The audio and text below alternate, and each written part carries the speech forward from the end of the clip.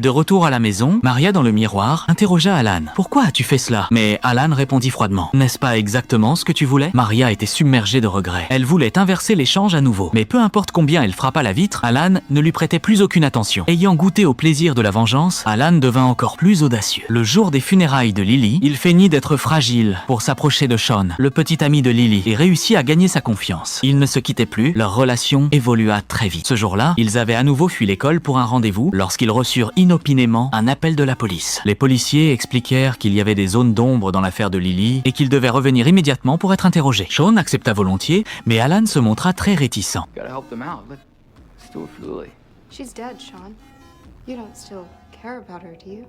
Il essaya de manipuler Sean, qui le poussa brutalement au sol. Sean se retourna pour partir, et Alan, pris d'une colère aveugle, lui assena un violent coup sur la tête avec une bouteille vide. Sean s'effondra et ne bougea plus. Terrifié, Alan se précipita vers le miroir. Il vit bien Maria, qui pleurait à chaudes larmes à l'intérieur. Alan posa sa main sur la surface du miroir, mais Maria refusa désormais de sortir. Il ne restait plus qu'une seule personne ayant fait du mal à Maria, son père. Tout au long de l'enfance de Maria, son père ne lui avait montré que sévérité et mépris. Il la trouvait laide, manquante d'assurance. Maintenant qu'il avait commis l'irréparable, Alan alla trouver son père. Il n'était plus affolé, il l'interrogea d'une voix calme.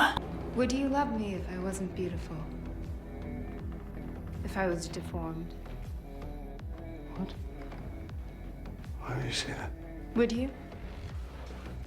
À l'origine, les parents de Maria attendaient des jumeaux. Mais Alan, l'aîné, était né avec une malformation. Sans tenir compte des supplications de sa femme, le père cruel l'avait abandonné dans la neige, la laissant mourir seule.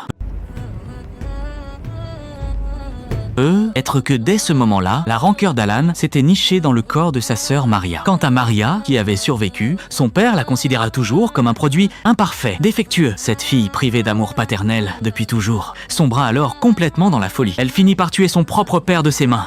Être qu'Alan n'avait jamais réellement existé du début à la fin. Il n'était qu'une personnalité dissociée de Maria, vivant uniquement dans l'imagination de celle-ci. À la fin de l'histoire, la fille revint auprès de sa mère. Le reflet du miroir et la réalité se succédaient sans cesse, jusqu'à devenir indiscernables l'un de l'autre.